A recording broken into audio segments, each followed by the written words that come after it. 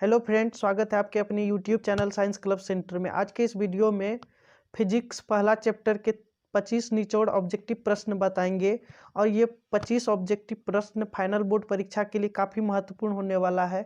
तो आप लोग एक भी प्रश्न को स्किप नहीं कीजिएगा, वीडियो को शुरू से लेकर के लास्ट तक देखिएगा। अगर आप इस चैनल पर नए आए हैं तो चैनल को सब्सक्राइब कर बेल आइकन को जरूर प्रेस कीजिएगा। तो चलिए चलते हैं आज का पहला नंबर प्रश्न पर। पहला नंबर प्रश्न है, एक उत्तल लेंस की क्षमता एक डायोप्टर हो तो उस लेंस की फोकस दूरी है। एक उत्तल लेंस की क्षमता एक डायोप्टर हो तो उस लेंस की फोकस दूरी है। Option A 10 centimetre, option B -10 centimetre, option C +100 centimetre, option D -100 centimetre. तो इसका सही आंसर हो जाएगा ऑप्शन सी +100 सेंटीमीटर। एक उत्तल लेंस की क्षमता एक डायोप्टर हो तो उस लेंस की फोकस दूरी होगी, कितना होगा, तो +100 सेंटीमीटर। दूसरा नंबर प्रश्न है, किसी गोलीय दर्पण तथा किसी पतले गोलीय लेंस दोनों की फोकस दूरी -15 सेंटीमीटर है तो दर्पण तथा फोकस संभवतः है। ऑप्शन ए दोनों अवतल, ऑप्शन बी दोनों उत्तल, ऑप्शन सी दर्पण अवतल तथा लेंस उत्तल, ऑप्शन डी दर्पण उत्तल तथा लेंस अवतल। तो इसका सही आंसर हो जाएगा ऑप्शन ए दोनों अवतल। किसी गोलीय दर्पण तथा किसी पतले गोलीय लेंस दोनों की फोकस दूरी -15 सेंटीमीटर है तो दर्पण तथा लेंस संभवतः होगी तो दोनों अवतल होगा। तीसरा नंबर प्रश्न है, प्रकाश के अपवर्तन के कितने नियम है। प्रकाश के अपवर्तन के कितने नियम है। Option A 1, option B 2, option C 3, option D 4। तो इसका सही आंसर हो जाएगा ऑप्शन बी 2। प्रकाश के अपवर्तन के कितने नियम है, तो 2 नियम है। चौथा नंबर प्रश्न है, किसी माध्यम के अपवर्तनांक का मान होता है। किसी माध्यम के अपवर्तनांक का मान होता है। ऑप्शन ए साइन आई बटे sine R, option B sine R बटे sine I, option C sine I into sine R, option D sine I plus sine R. तो इसका सही आंसर हो जाएगा ऑप्शन ए साइन आई बटे sine are. किसी माध्यम के अपवर्तनांक का मान होता है, क्या होता है, साइन आई बटे साइन आर। पांचवा नंबर प्रश्न है, एक उत्तल लेंस होता है। एक उत्तल लेंस होता है। ऑप्शन ए सभी जगह समान मोटाई का, ऑप्शन बी बीच के अपेक्षा किनारों पर मोटा, ऑप्शन सी किनारों के अपेक्षा बीच में मोटा, ऑप्शन डी इनमें से कोई नहीं। तो इसका सही आंसर हो जाएगा ऑप्शन सी किनारों के अपेक्षा बीच में मोटा। एक उत्तल लेंस होता है, कैसा होता है, तो किनारों के अपेक्षा बीच में मोटा होता है। छठा नंबर प्रश्न है, अवतल लेंस का आवर्धन m बराबर होता है। अवतल लेंस का आवर्धन m बराबर होता है। ऑप्शन ए u बट्टे v, option B u into v, option C u plus v, option D v बट्टे u। तो इसका सही आंसर हो जाएगा ऑप्शन डी v बट्टे u। अवतल लेंस का आवर्धन m बराबर होता है, क्या होता है, v बट्टे u। सातवां नंबर प्रश्न है, गोलीय दर्पण में फोकसांतर एवं वक्रता त्रिज्या के बीच संबंध है। गोलीय दर्पण में फोकसांतर एवं वक्रता त्रिज्या के बीच संबंध है। ऑप्शन ए r बराबर 2f, ऑप्शन बी f बराबर r, ऑप्शन सी f बराबर 2 बट्टे r, ऑप्शन डी r बराबर f बट्टे 2। तो इसका सही आंसर हो जाएगा ऑप्शन ए r बराबर 2f। गोलीय दर्पण के फोकसांतर एवं वक्रता त्रिज्या के बीच संबंध है, तो क्या है, r बराबर 2f।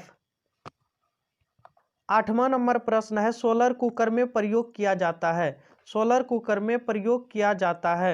ऑप्शन ए अवतल दर्पण का, ऑप्शन बी उत्तल दर्पण का, ऑप्शन सी समतल दर्पण का, ऑप्शन डी उत्तल तथा अवतल दर्पण का।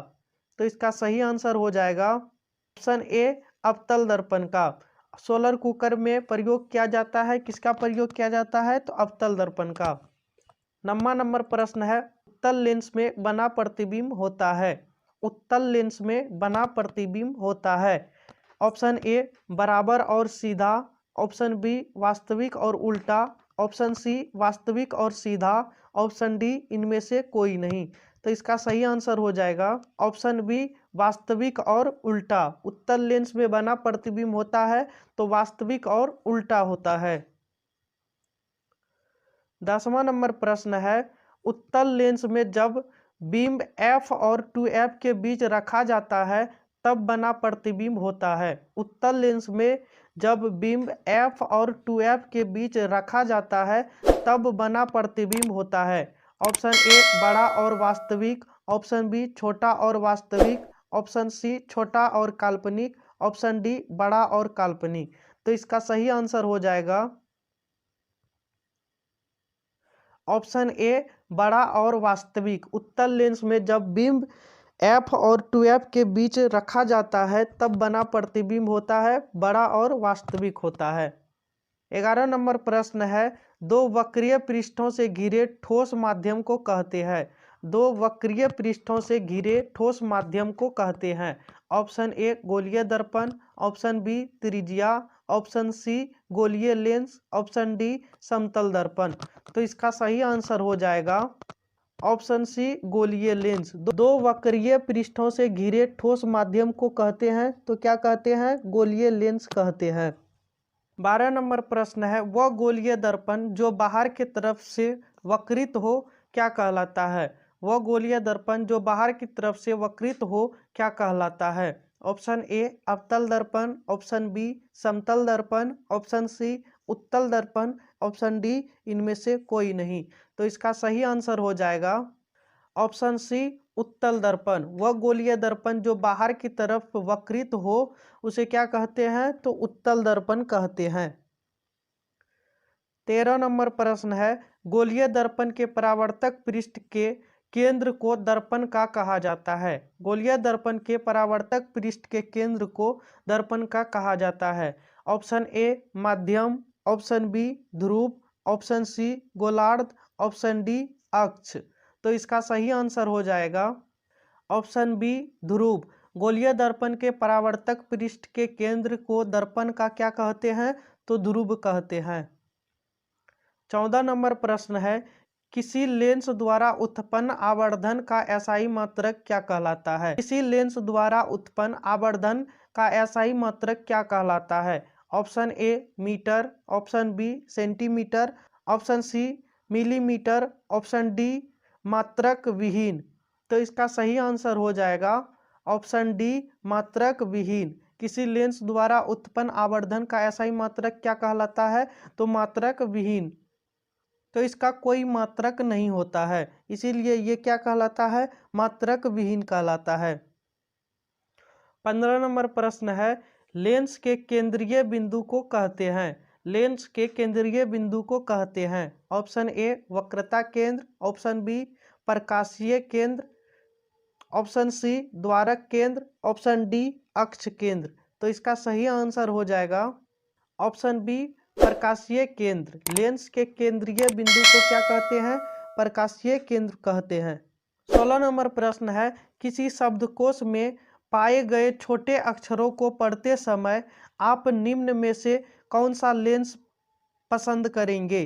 किसी शब्दकोश में पाए गए छोटे अक्षरों को पढ़ते समय आप निम्न में से कौन सा लेंस पसंद करेंगे?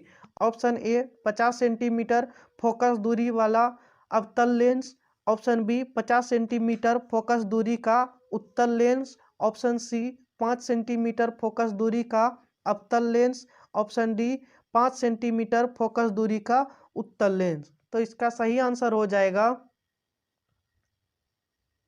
ऑप्शन डी 5 सेंटीमीटर फोकस दूरी का उत्तल लेंस। किसी शब्दकोश में पाए गए छोटे अक्षरों को पढ़ते समय आप निम्न में से कौन सा लेंस पसंद करेंगे? तो 5 सेंटीमीटर फोकस दूरी वाला उत्तल लेंस। 17 नंबर प्रश्न है, इनमें से कौन दर्पण सूत्र है? इनमें से कौन दर्पण सूत्र है? Option A 1/v + 1/u = 1/f, option B 1/u - 1/v = 1/f, option C 1/v + 1/u = 1/f, option D v/1 plus 1/u बराबर 1/f। तो इसका सही आंसर हो जाएगा option A 1/v plus 1/u बराबर 1/f। इनमें से कौन दर्पण सूत्र है? तो option A 1/v plus 1/u बराबर 1/f। 18 नंबर प्रश्न है, गोलीय दर्पण का वक्रता केंद्र को किस अक्ष से निरूपित किया जाता है? गोलीय दर्पण का वक्रता केंद्र को किस अक्ष से निरूपित किया जाता है? Option A C, option B P, option C O, option D F. तो इसका सही आंसर हो जाएगा ऑप्शन ए सी। गोलीय दर्पण का वक्रता केंद्र को किस अक्ष से निरूपित किया जाता है? तो ऑप्शन ए सी। 19 नंबर प्रश्न है, निर्वात में प्रकाश की चाल है। निर्वात में प्रकाश की चाल है। ऑप्शन ए 3 गुना 10 पर पावर 8 मीटर पर सेकेंड, ऑप्शन बी 2 गुना 10 पर पावर 8 किलोमीटर पर सेकेंड, ऑप्शन सी 3 गुना 10 पर पावर 9 मीटर पर सेकेंड, ऑप्शन डी 3 गुना 10 पर पावर 110 मीटर पर सेकेंड। तो इसका सही आंसर हो जाएगा ऑप्शन ए 3 गुना 10 पर पावर 8 मीटर पर सेकेंड। निर्वात में प्रकाश की चाल है तो कितना है? तो 3 गुना 10 पर पावर 8 मीटर प्रति सेकेंड। 20 नंबर प्रश्न है, दांत विशेषज्ञ मरीज के दांत का बड़ा प्रतिबिंब देखने के लिए किस दर्पण का उपयोग करते हैं? दांत विशेषज्ञ मरीज के दांत का बड़ा प्रतिबिंब देखने के लिए किस दर्पण का उपयोग करते हैं? ऑप्शन ए अवतल दर्पण, ऑप्शन बी समतल दर्पण, ऑप्शन सी उत्तल दर्पण, ऑप्शन डी सभी। तो इसका सही आंसर हो जाएगा ऑप्शन ए अवतल दर्पण। दांत विशेषज्ञ मरीज के दांत का बड़ा प्रतिबिंब देखने के लिए किस दर्पण का उपयोग करते हैं? तो अवतल दर्पण का। 21 नंबर प्रश्न है, पतले लेंस की आवर्धन क्षमता होती है। पतले लेंस की आवर्धन क्षमता होती है। ऑप्शन ए कम, ऑप्शन बी अधिक, ऑप्शन सी संतुलित, ऑप्शन डी सभी। तो इसका सही आंसर हो जाएगा ऑप्शन ए कम। पतले लेंस की आवर्धन क्षमता होती है तो कितना होता है? तो कम होता है। 22 नंबर प्रश्न है, मोटे लेंस की आवर्धन क्षमता होती है। मोटे लेंस की आवर्धन क्षमता होती है। ऑप्शन ए कम, ऑप्शन बी अधिक, ऑप्शन सी संतुलित, ऑप्शन डी कोई नहीं। तो इसका सही आंसर हो जाएगा ऑप्शन बी अधिक। मोटे लेंस की आवर्धन क्षमता होती है तो कितना होता है? तो अधिक होता है। 23 नंबर प्रश्न है, अवतल दर्पण के ध्रुव और मुख्य फोकस के बीच रखे बिंब का प्रतिबिंब की प्रकृति होती है। अवतल दर्पण में ध्रुव और मुख्य फोकस के बीच रखे बिंब का प्रतिबिंब की प्रकृति होती है। ऑप्शन ए आभासी तथा उल्टा, ऑप्शन बी आभासी एवं सीधा, ऑप्शन सी काल्पनिक एवं सीधा, ऑप्शन डी सभी। तो इसका सही आंसर हो जाएगा ऑप्शन बी आभासी एवं सीधा। अवतल दर्पण के ध्रुव और मुख्य फोकस के बीच रखे बिंब का प्रतिबिंब की प्रकृति होती है तो क्या होती है? आभासी एवं सीधा होती है।